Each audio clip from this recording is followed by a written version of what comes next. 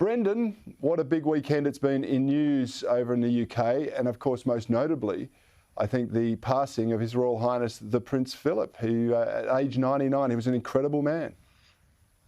Yeah, that's really dominating the news here, as you would expect. All the papers are, from front to back, are full of news and stories about Prince Philip.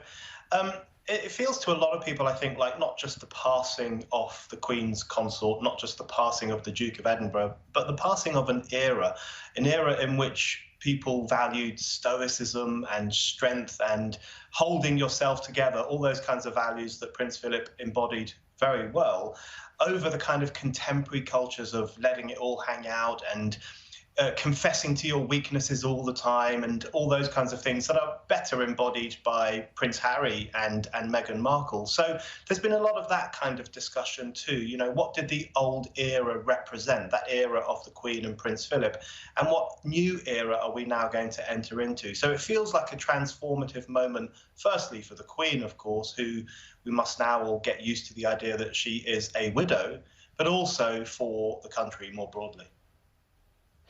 Yes, at 99, it's a celebration of an amazing life, and he, I think, set his own stamp on the role that he had.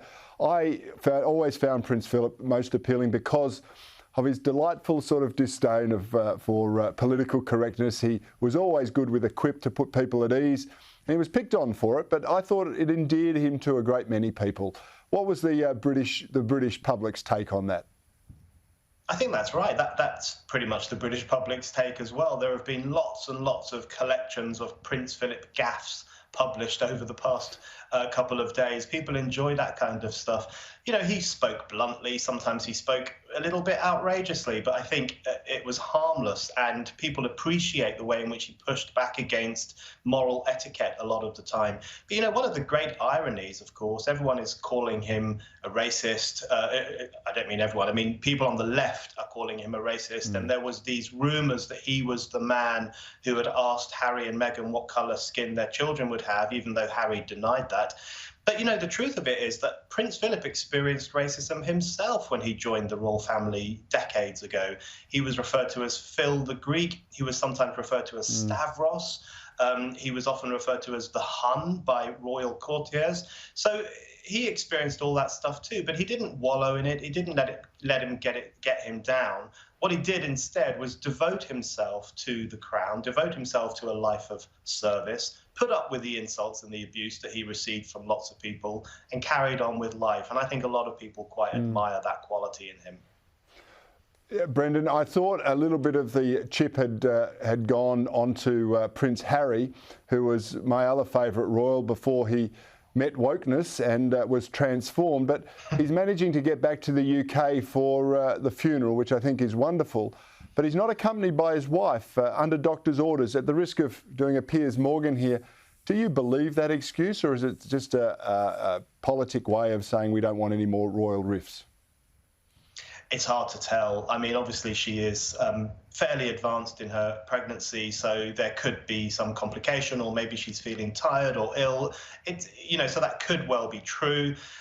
At the same time, I think it's probably wise that she won't be there. I think that the last thing the royal family wants at this moment are any more rifts. But the truth of the matter is, I think it was wrong for Harry and Meghan to do what they did on Oprah Winfrey, to spill the beans, to set the rumour mill running in relation to alleged racism in the royal family. I think it was so wrong for them to do that at a time when Prince Philip was very ill, was obviously heading towards the end of his life, when the Queen had a great deal on her mind.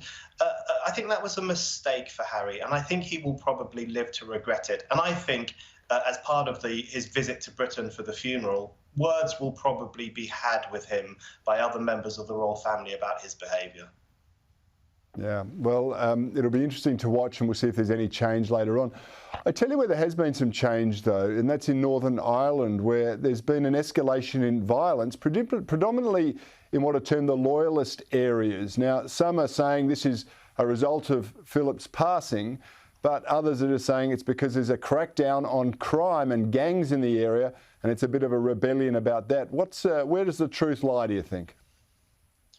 It's quite complicated, I think, what's happening in Northern Ireland. Lots of people are also linking it to Brexit. So lots of the Remainer elites, there's still lots of powerful people in the UK who are very bitter about the fact that we have left the European Union. They're saying that it's all down to Brexit. Everyone should have predicted that this would have happened because Northern Ireland is in a curious situation. It's part of the United Kingdom, of course, but it has a land border with the Republic of Ireland, which is still part of the European Union. So they're saying this is all the fault of Brexit. That's why this is happening. I actually think that one of the real problems in Northern Ireland is that it hasn't been fully included in Brexit.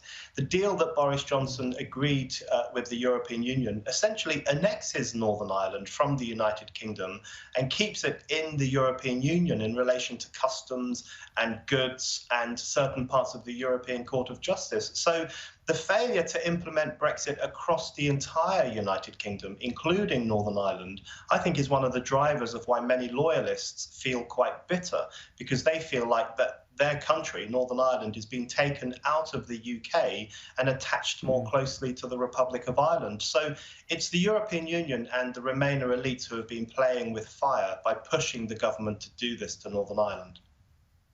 Yeah. It'll be something, it'd be very interesting to watch how that escalates or dissipates. Now, I tell you what's ended is the UK lockdown. The pubs are allowing people back in.